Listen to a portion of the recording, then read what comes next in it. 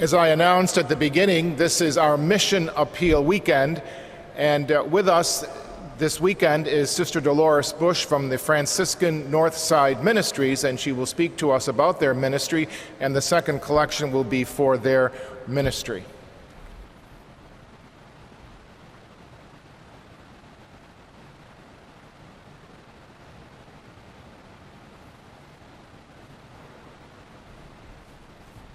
Good morning. I'm sure you all know about the Mission Appeal. This happens every year. You get missionaries from all over the world, from exotic places like 804 North Salina Street. I guess it's not really that exotic, but you know as well as I do that there are people living in our own neighborhoods who've not had anyone ever tell them that they're the children of a loving God, and who lack the basics in life. I think the Franciscan Northside Ministries is quite an amazing place, but I also think I'm biased. We are an evangelization and outreach ministry, and I think sometimes it's a little bit confusing for people because we called it the Northside Ministries. I think that might lead people to believe that the services are only for people who live on the north side of Syracuse. But certainly in our small outreach center, we've seen people from all over the world. We began our mission in 1998, and I was one of the people who helped to found it. So it's very dear to my heart. But we've changed an awful lot since 1998, and I hope we continue to change as we move into the future. It's a work in progress, I like to think. Each day is different from the next, full of challenges and full of grace. I put some copies of our latest newsletters at the entrances of the church, so if you'd like to grab one on the way out, it'll give you just a little bit of a flavor of some of the things we do. So I'm not going to talk a lot today, but I do want to tell you just a little bit about some of the programs we have to offer and some of the people that we've come to know as our friends over the years. I'm going to go through the days of the week so that if anybody says to you, "What does she do all week?" you can tell them. On Mondays and Wednesdays, we have free medical care for people without insurance. We began our health care in March of 2000, and we waited 3 weeks for the first person to come in. And the poor man, we just couldn't help him enough. He left. The phone rang about a half an hour later, and he said, I just wanted to tell you church ladies thank you, and that I'll tell all my friends. And indeed he did, because now we have to close the doors and lock them after 2 hours because we can't accommodate the number of people who come to us for their health care needs. We thought initially we would be seeing a lot of people who are homeless. To our surprise, the people we see are people who work part-time jobs, work jobs that pay minimum wage.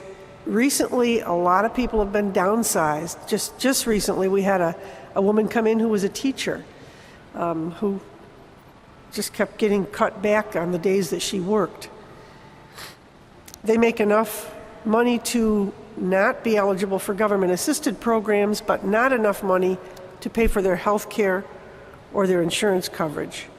I think one of the most valuable services we offer at our medical clinic is physicals for people who are entering or re-entering the workforce, and people who are, they're school physicals, primarily for colleges.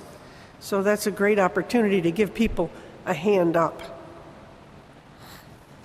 The people that come to us very often have to make choices that I am not faced with, of whether to pay the rent in a given month, whether to make their health care payments, or whether to put food on the table for their families.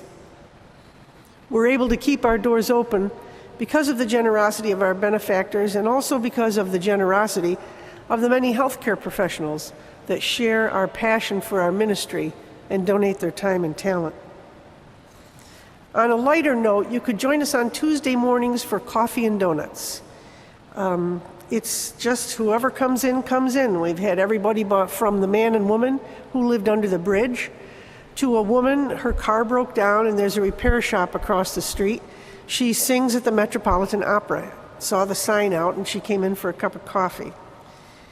It's quite a cast of characters, and you might think that's all there is to it. It's just a cast of characters. But when you take time to talk to the individual people, you find out that Bob operated machine guns on helicopters in Vietnam, and that Jim, who's 89 years old, is a World War II veteran, that Bill has bicycled across the United States 3 times, and then there's Amy. She's kind, she's generous to a fault, and she's amazingly creative. Her latest venture is she takes plastic shopping bags and then she cuts them apart and then she weaves them together to make tote bags. Of course, they're waterproof because they're plastic bags and they're recycled. And I could imagine if Amy had a business spirit about her and the drive of an entrepreneur, that we might see her tote bags in trendy shops across the United States and kiosks in a variety of malls. But that's not where she is. So you see them around North Salina Street because she gives them away to all her friends. You might wonder what's so great about coffee and donuts. It certainly is not a very nutritious breakfast. You might even call it caffeine and cholesterol.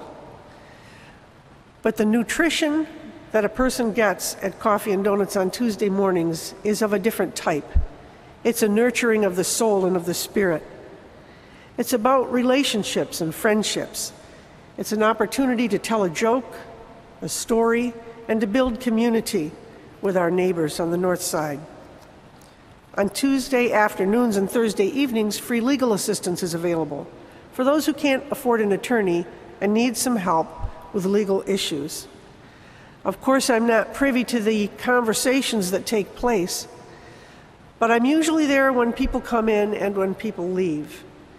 And I know that even if they don't get the answer they want, they know that they've been treated with dignity, they've been treated honestly, and with compassion. And then there's Peace Camp. We hold Peace Camp once a year during the February break from school. It's for children ages 6 to 11, and it's a great opportunity for those kids to do something constructive for that week. It also gives the parent or the guardian a little break from the kids.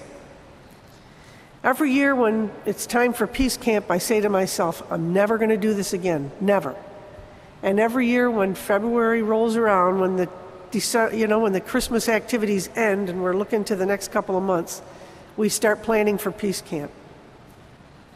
This year we had a number of high school kids join us, and they were a wonderful help and great role models for the kids. And there was a little boy named David. He was the youngest one there, and he latched on to this one teenage boy. The first day we were all there, he walked up to him and he said, "You're my father." Well, of course, we all had a picnic with that all week long. But one day after all the little ones left, we sat down and we were having lunch, and we began to talk about our little friend David. And the people started painting a scene of what David's life might look like. And somebody thought maybe his father was just simply a very stern man. Somebody else thought maybe his father didn't pay any attention to him. And still another person thought that maybe David didn't have a father in the picture at all. But for that one week, David had a dad who loved him, and he knew that he was one in a million. I think I have the best job in the world. When I go to work every day, I believe that I walk on holy ground, often meeting people at their most vulnerable, and it's a sacred experience. Sometimes it's very difficult, but it's always a blessing. I've come here today, of course, to ask for your help, and there are 3 ways you can do that. The first is, of course, if you would pray for us, and don't forget, because I know that I myself say, I'll pray for you about that, and then I do once or twice, and then I kind of forget. So don't forget. Pray for all of us, myself, the staff, the volunteers, and the clients who come to us. The second way, this is the mission appeal, so I'm here to ask for your financial support as well. As Father Neal said, the second collection is for the Franciscan Northside Ministries, so we'd appreciate your generosity. And the third way is we are not in some far-off land. We're probably a couple of miles away. So if any of you have thought about volunteering somewhere and maybe been putting it off, this would be a great opportunity for you to do that. You don't need to be a healthcare professional or a lawyer. We also need people to open the doors and put on the coffee pot, chat with the folks on Tuesday mornings, help us with Peace Camp. And if you're the kind of person that likes a project with a beginning and an end, there's always painting projects and cleanup projects, and we're open to suggestions. So if you'd like to try volunteering, we invite you to do that. And remember, too, that the door swings both ways. If we have any services or programs that you or you know someone who might benefit from, we ask you to please come see us. We're located at 804 North Salina Street. And also, if you happen to be in the neighborhood, stop in. We like to show the place off, and we'd be glad to do that at any time. So thank you today.